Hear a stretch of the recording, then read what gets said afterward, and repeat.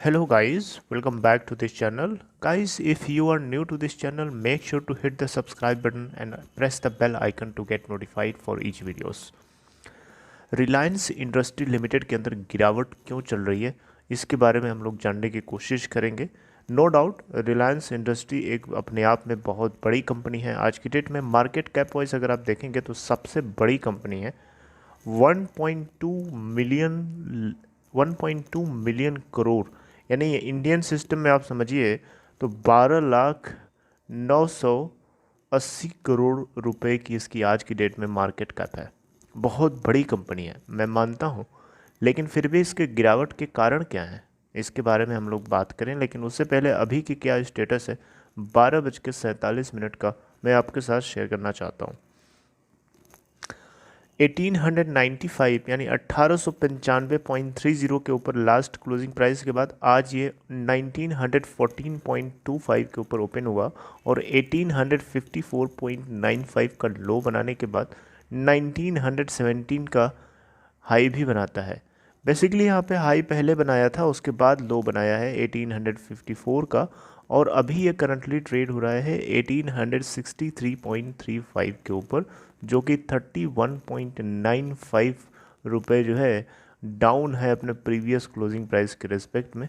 Percentage में आप convert करके देखेंगे तो 1.64% डाउन है लगभग, या आप 2% तक बोल सकते हैं, क्योंकि 1854.95 का लो बना चुका है।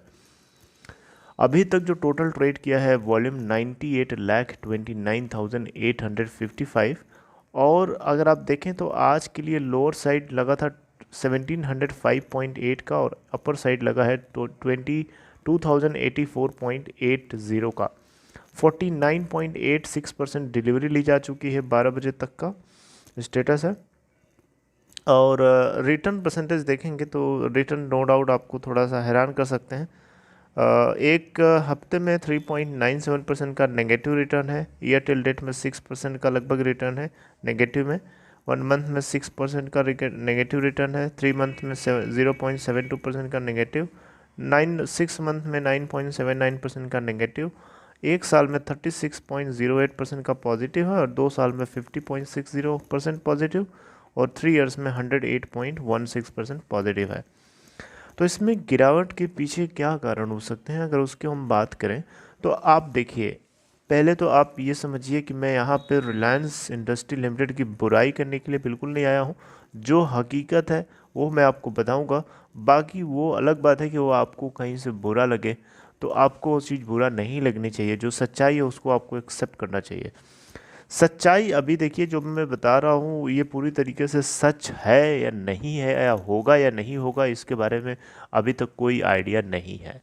रिलायंस इंडस्ट्री की जो आपको पता है फ्यूचर रिटेल के एसेट्स और लॉजिस्टिक्स जितने भी उनके वेयर हाउसिंग से रिलेटेड बिजनेसेस सबको एक्वायर करने की एक डील साइन हुई थी, लेकिन इस डील को एग्जीक्यूट होने से रोकने के लिए अमेजन जो है दिल्ली हाई कोर्ट में लगा हुआ है।